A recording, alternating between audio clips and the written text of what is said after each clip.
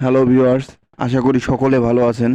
তো আজকে আমি আপনাদেরকে দেখাবো যে প্লে স্টোরের কিছু গুরুত্বপূর্ণ সেটিংস, সেটিংসগুলো আপনাদের অন থাকলে আপনাদের ফোনের র্যামে অনেক চাপ পড়ে বা আপনাদের ফোন হ্যাং করে এবং স্লো কাজ করে।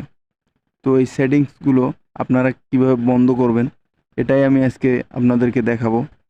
তো বন্ধুরা, আপনারা যারা আমার এই ছোট্ট চ্যানেলটাকে এখনও সাবস্ক্রাইব করেননি, আমার এই চ্যানেলটাকে সাবস্ক্রাইব করে বেল আইকনটি বাজিয়ে দিন। তো চলুন কথা না বাড়িয়ে ভিডিওটা শুরু করা যাক।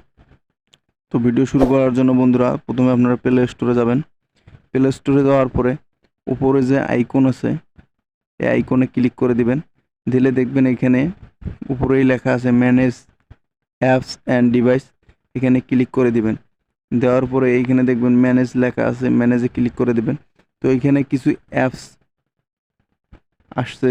এই অ্যাপসগুলোর মধ্যে যে অ্যাপসগুলা আপনারা অনেক আগে ইনস্টল করছেন আবার আনইনস্টল করে দিয়েছেন, এই অ্যাপসগুলো এই জায়গায় শো করবে।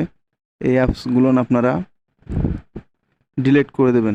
তো আমি এই অ্যাপসটা ব্যবহার করছিলাম আগে, এখন করি না। এই অ্যাপসটা আমি ডিলিট করে দেব। এই অ্যাপসটার ওপরে টিক মার্ক দিলেই দেখবেন যে উপরে ডিলিট লেখা আসবে। তো এরকম আপনারা যে অ্যাপসগুলো ব্যবহার করেন না সেই অ্যাপসগুলো ডিলিট করে দেবেন। তো এটা এখান থেকে আনইনস্টল হয়ে যাবে। তো বন্ধুরা, আমি দ্বিতীয় সেটিংসটি দেখাবো। এর জন্য আপনারা ব্যাকে চলে এসে আবার আইকনে প্রেস করার পরে সেটিংসে যাবেন। সেটিংসে গিয়ে দেখবেন এখানে নেটওয়ার্ক পারমিশন বলে একটা অপশন আছে।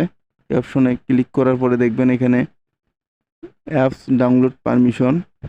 তো এইখানে ওভার এনি নেটওয়ার্ক আপনার যে কোনো ওয়াইফাই অথবা ডাটা চালু করে যে কোনো অ্যাপস ইনস্টল করতে পারবেন।